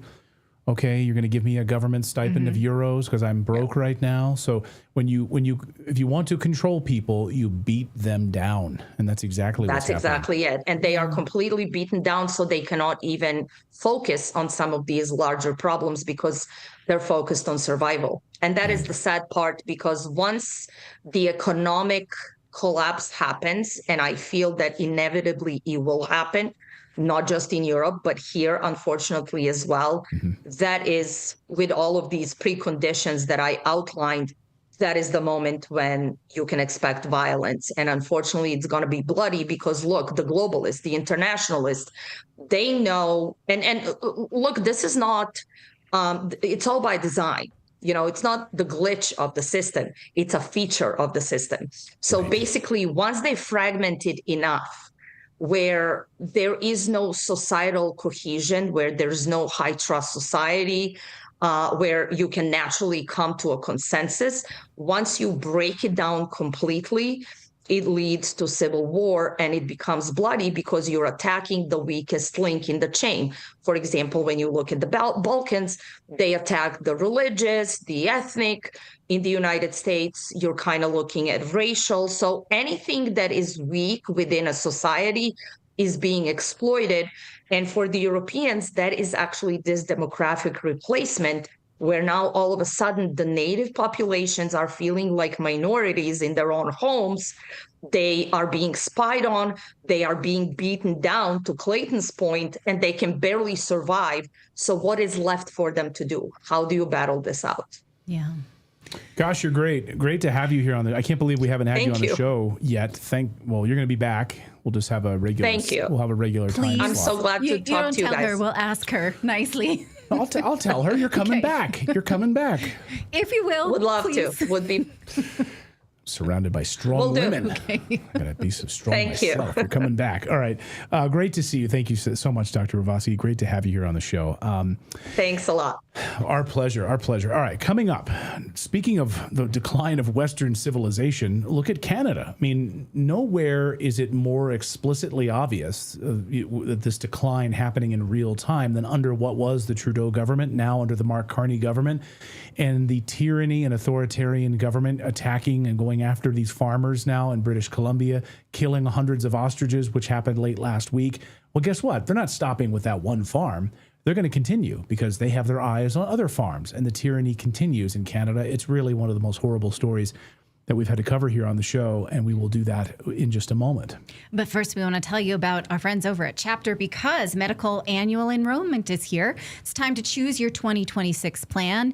And here's the deal. Even if you're happy with your current plan, it's important to review the 2026 options because plans change every year. We know that a lot of medical plans are going to change. A lot of the pricing is going to change. Now is a good time to review. Many just go away entirely. That leaves millions of seniors stuck, either overpaying or undercovered. And most Medicare agents care more about their commissions than your coverage, and that's why you need to know about Chapter. They're the only Medicare advisors who compare every plan nationwide to find the one that truly fits your needs. And their advisors get paid the same amount regardless of which plan they recommend to you. It's completely free. It takes about 20 minutes, and on average, they've helped save people about $1,100 a year. So even if you're already on a plan, you need to take a look at what the offerings are for 2026, because we know that for a lot of reasons, most of them political, done by the Uniparty, many plans are going to get more expensive, and you need to know that before that just goes into place.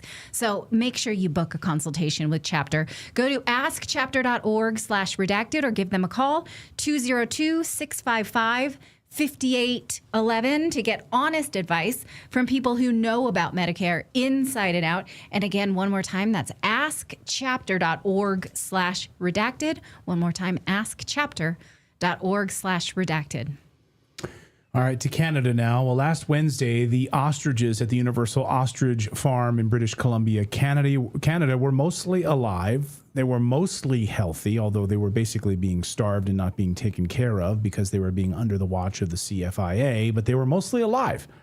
Some of them over 35 years old, happy, dancing, playing with the owners. Some of them are older than the owners themselves. Then the terrorist organization known as the CFIA moved in at nighttime, and they had already set up a barricade, of course, around of hay bales so people couldn't see what they were about to do, which was fire and kill these 400 ostriches, slaughter them.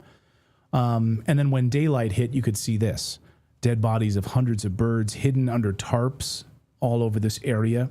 As journalist David Creighton put it in an article for the Blaze Media, he wrote, "Massacre at Universal Ostrich Farm. Canada kills hundreds of birds despite no evidence of avian flu.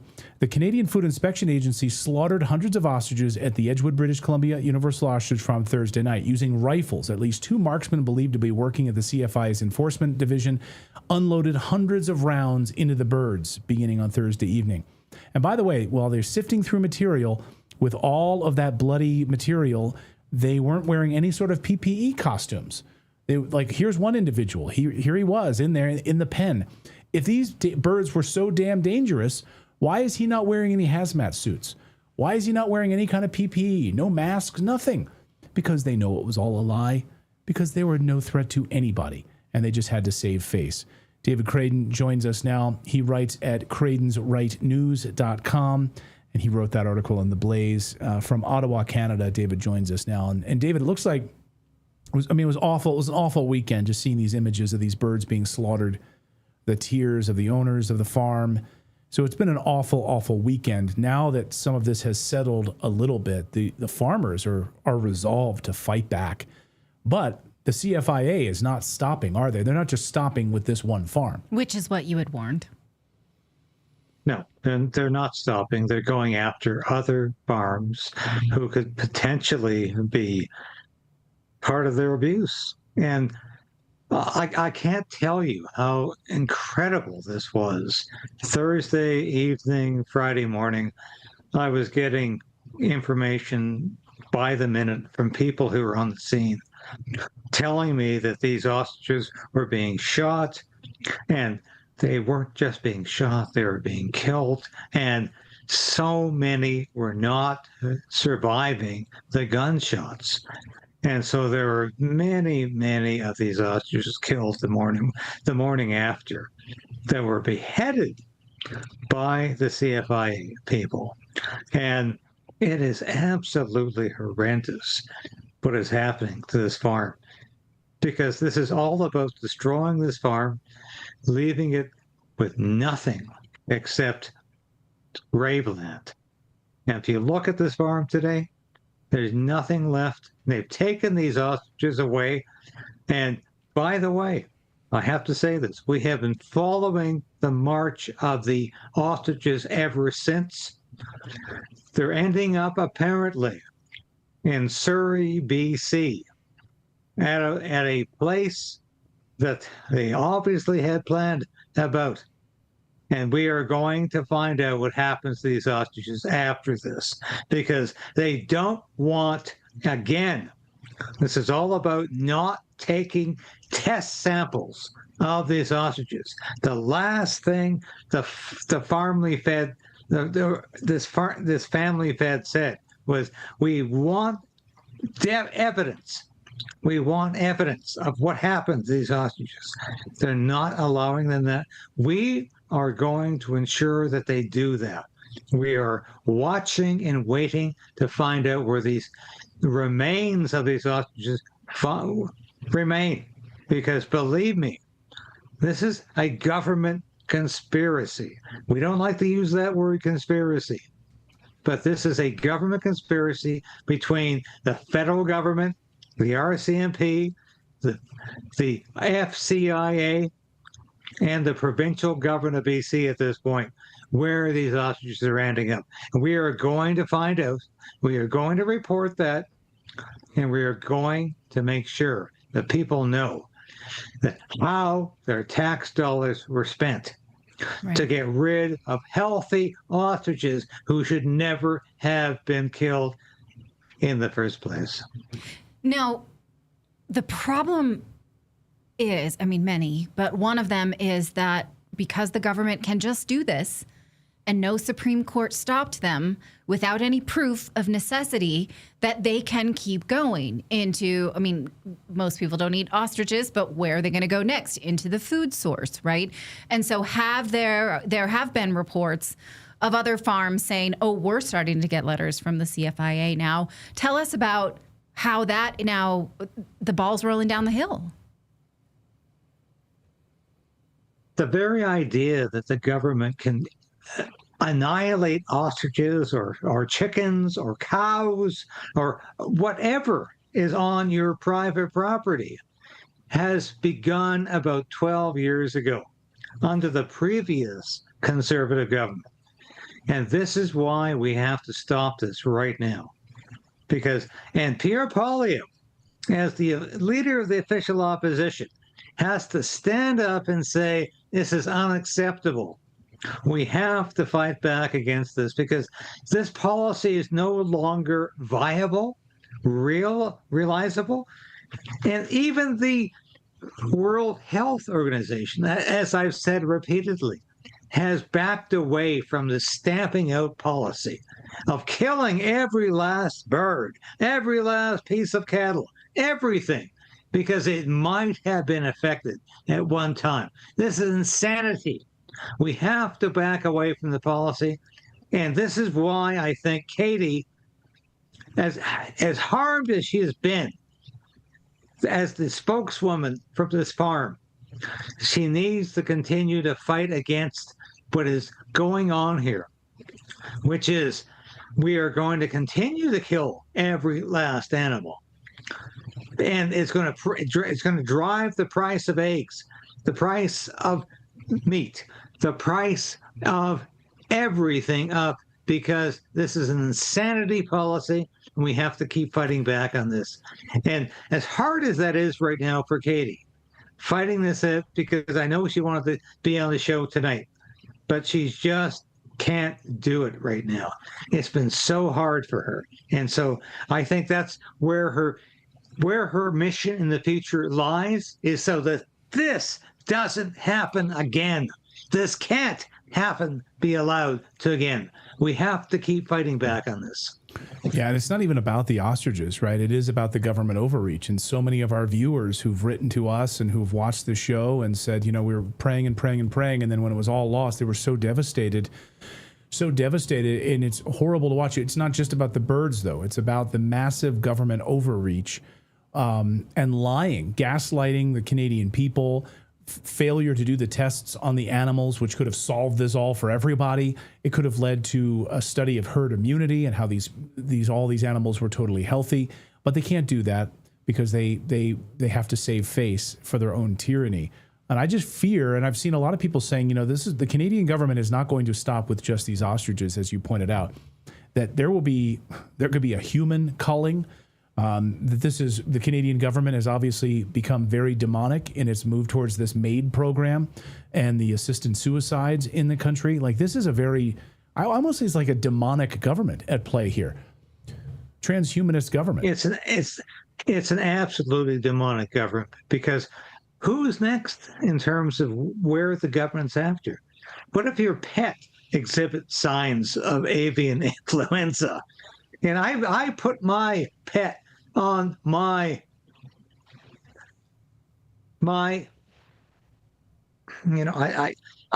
this affects me very deeply.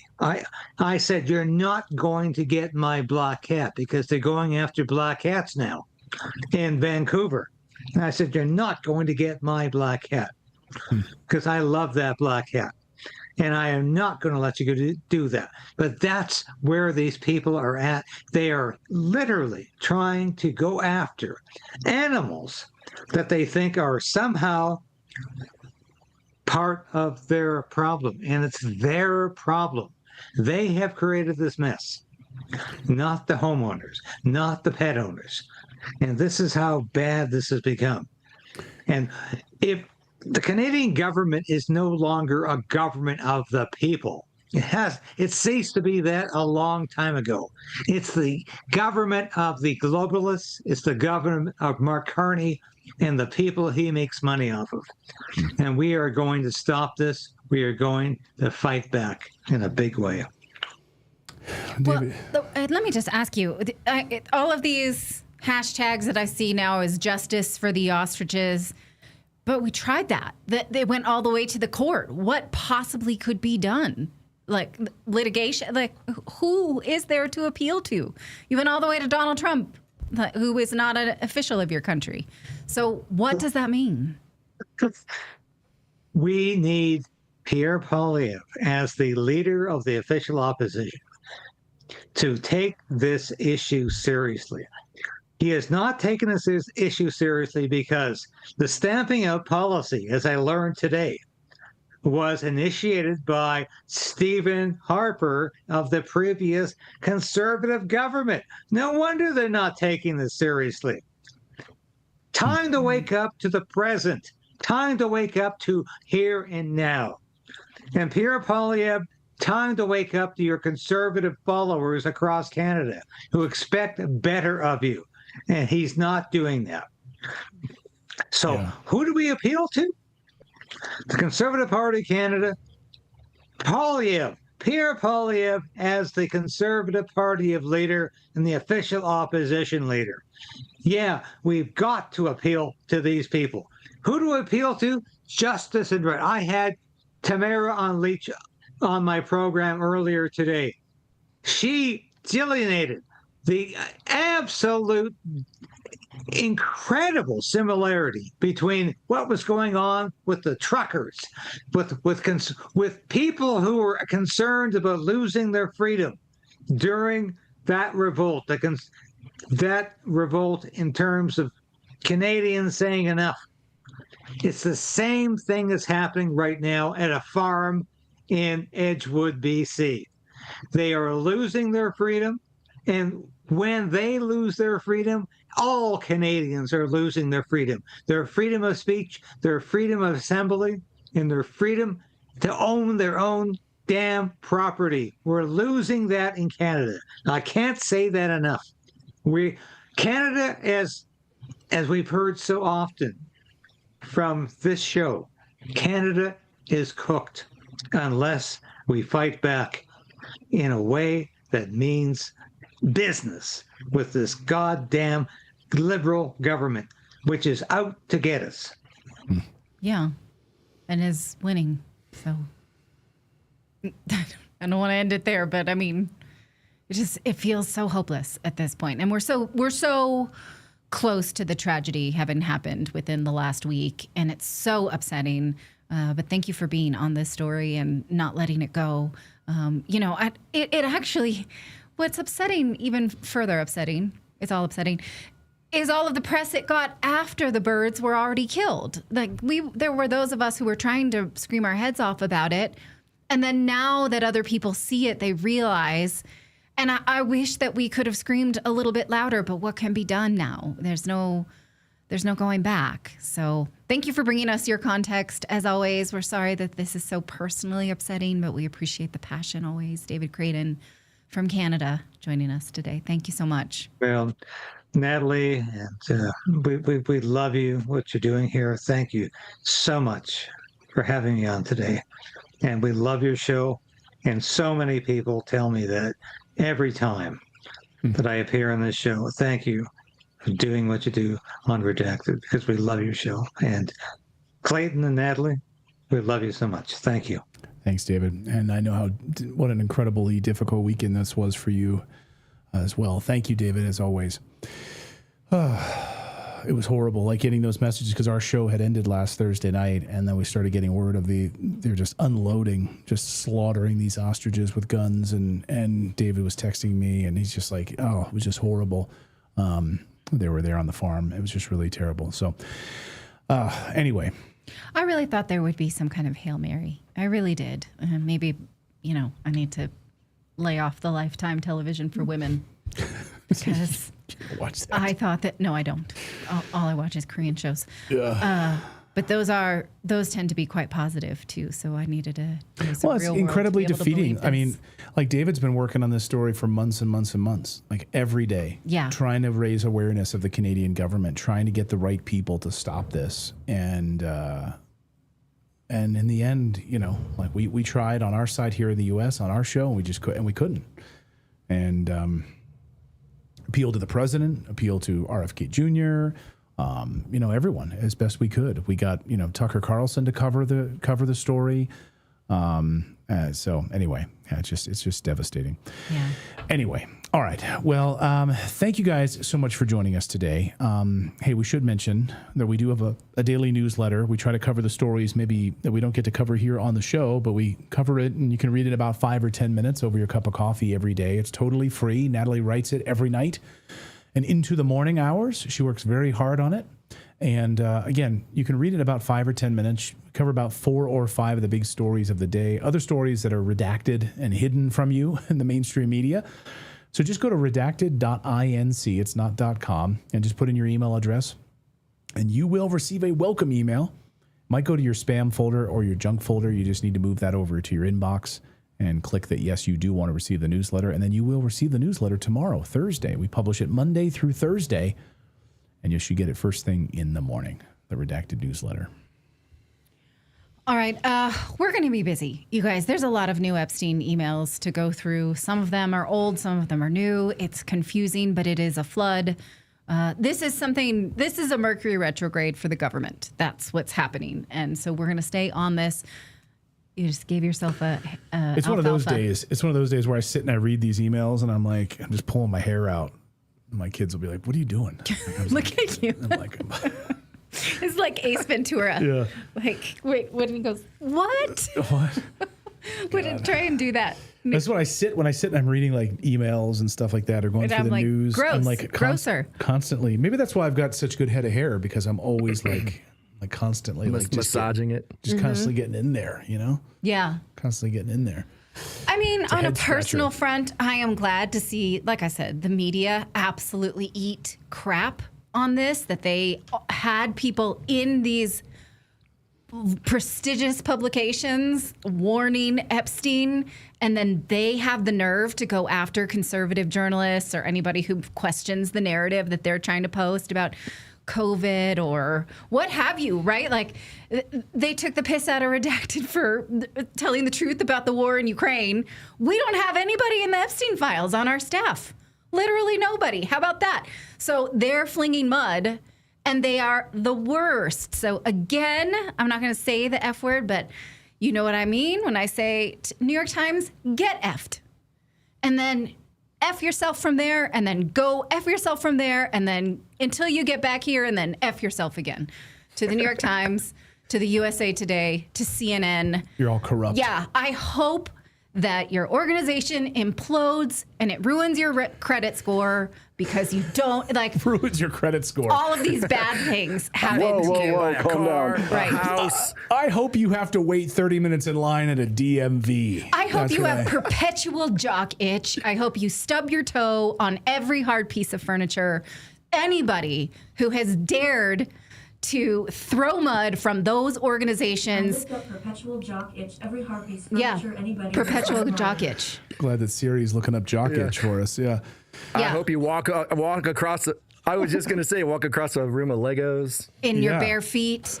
Yeah. I hope all of those things for anyone who has dared to fling mud from those organizations. We didn't sell the Iraq War. We have nobody on it, tipping off Epstein on our payroll.